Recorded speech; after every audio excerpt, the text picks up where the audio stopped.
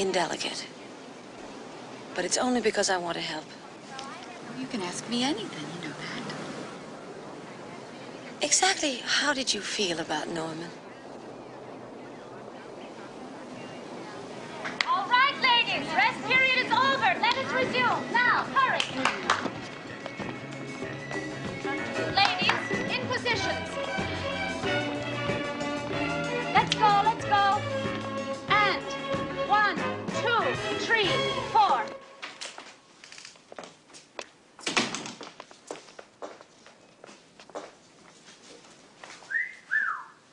There's only one man in town who can make that sound sincere. How are you, Mr. Hart? Oh, I'm doing great, thanks, Ellie. But I'm more interested in how you're getting along.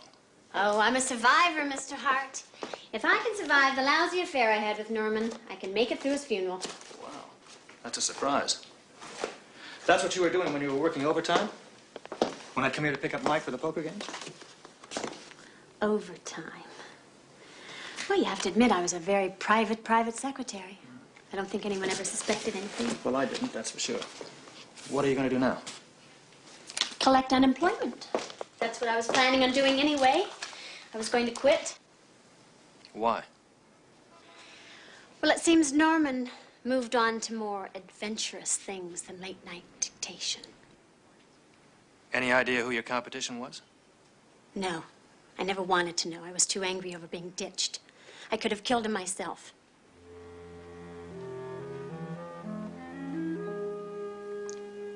Mr. Dodson in? He's on long distance. I think he's hiring his attorney. He's talking with Burton Grady in New York. Burton Grady, huh? Well, every man is entitled to the best defense he can get. Mr. Hart, I know you and Mr. Dodson are old friends. It's just that in the legal profession we have this saying, guilty, get Grady.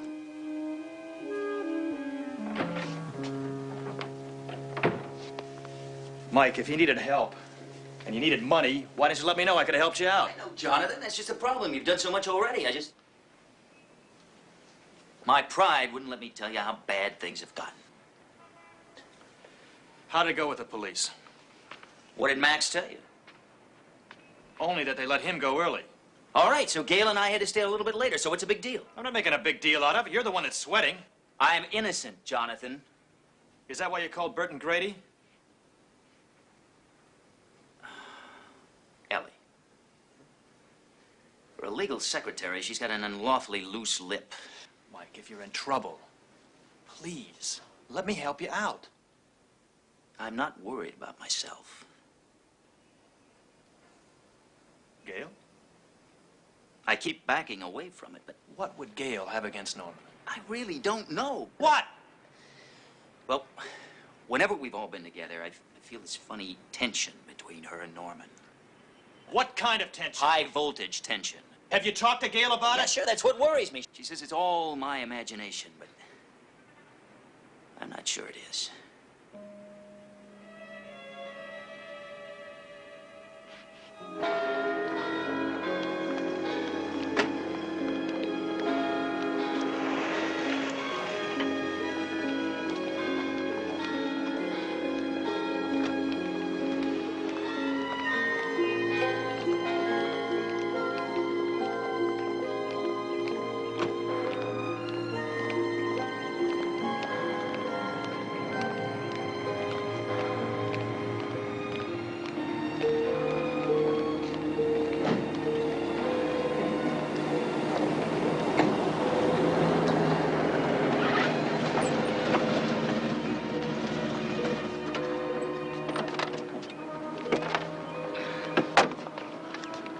Jeez, Mr. H. You're the guys that drive jalopies and the dames are cruising in Cadillacs.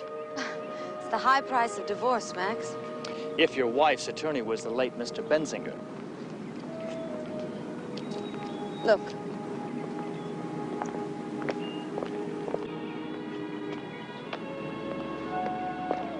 Good morning, Lieutenant. Good morning, Jonathan. Jennifer. Max. You always attend the victim's funeral? That's the only chance I get to wear this black suit.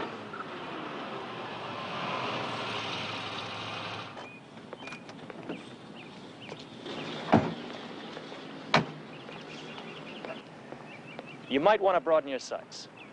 These are not exactly all mourners. I'll try and keep an open mind.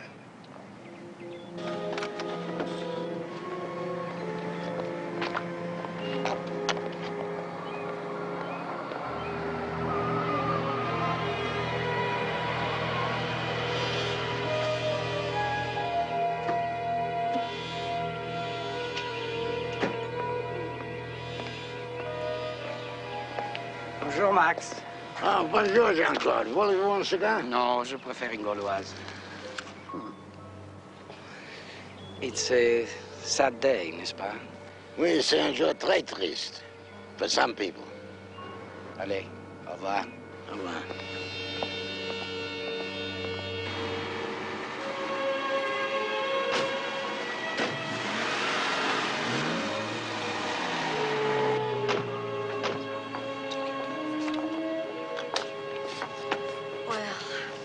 You sure you don't want us to come back later? No, thank you. I'm going to take a sedative and sleep for about a week. Oh, you need us today, tonight, anytime. You call us, all right? Oh, thank you. You, too, have been my strength these past few days.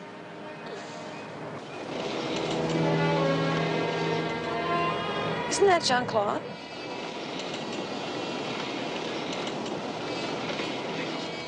I thought you fired him. You want us to stay a little longer? Oh, no.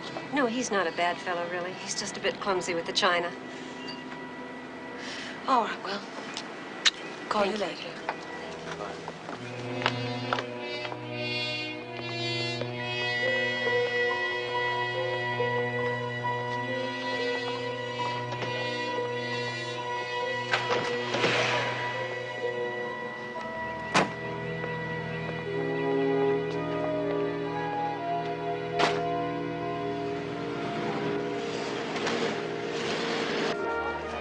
Quanto costa? $2? Va bene, ecco. Grazie. Ciao. Ciao. Gail suspects Mike and doesn't want to. Mike suspects Galen doesn't want to. I don't want to suspect Mike, But you do. but I don't want to. Well, I don't want to suspect Gale.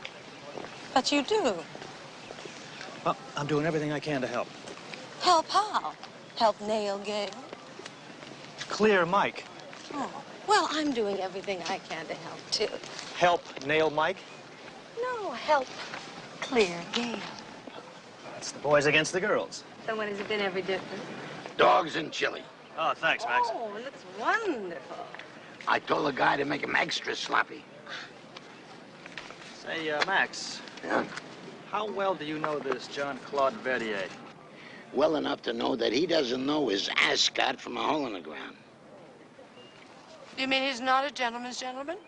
Well, he told the Benzingers that he was trained in the finest home in France. But he didn't learn so good because he was always calling me up, asking me questions. Because he knows I speak French. I think the only reason why this character, Jean-Claude, came to the U.S. was to make a fast franc.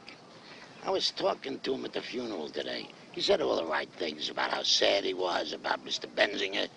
But I got the idea that he was crying alligator tears. Crocodile tears, Max. Well, it was a crock of something, all right. How come? I mean, this punk driving a cab, living in a dump, and acting like he was on top of the world. It don't make sense. You know his address? Yeah, out in the valley. You buy chili dog? I love San Fernando Valley.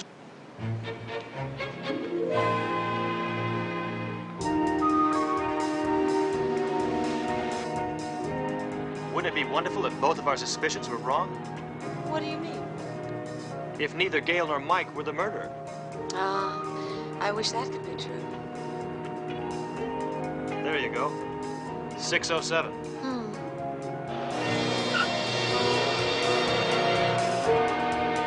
Jonathan, Who was that? Gale or Mike?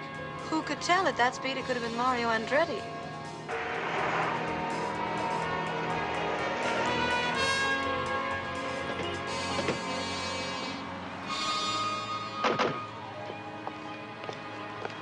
I wonder what Mike was doing here. It could have been Gale in Mike's car. I wonder what she'd be doing here.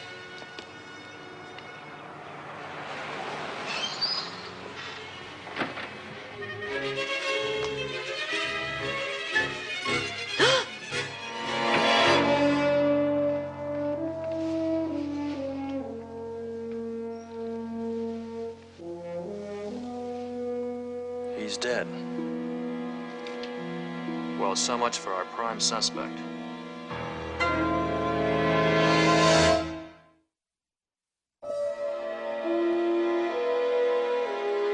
Yes, Lieutenant.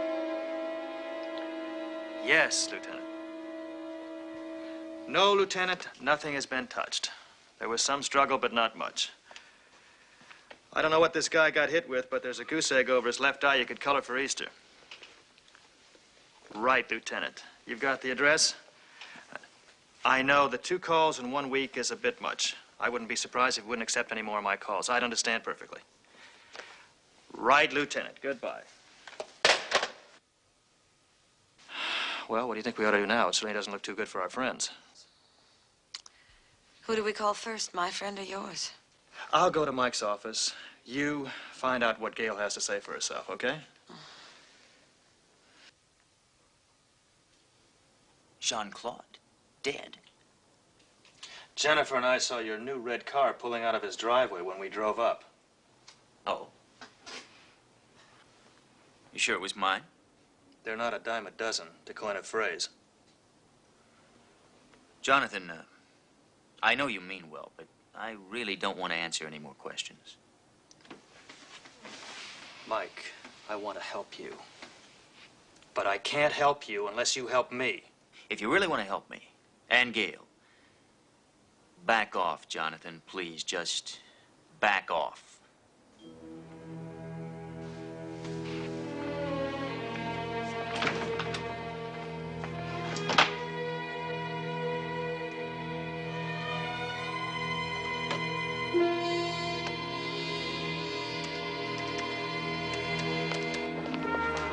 Jonathan, I'm so glad you're here.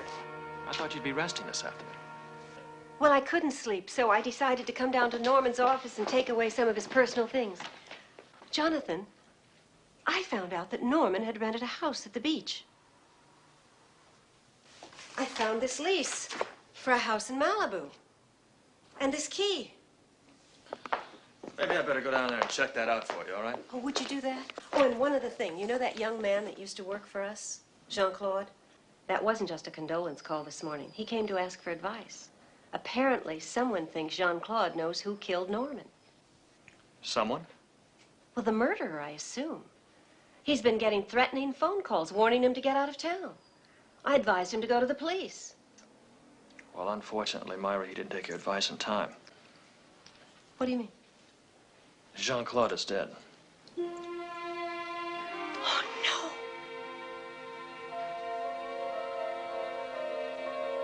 Was the call from a woman or a man? A woman.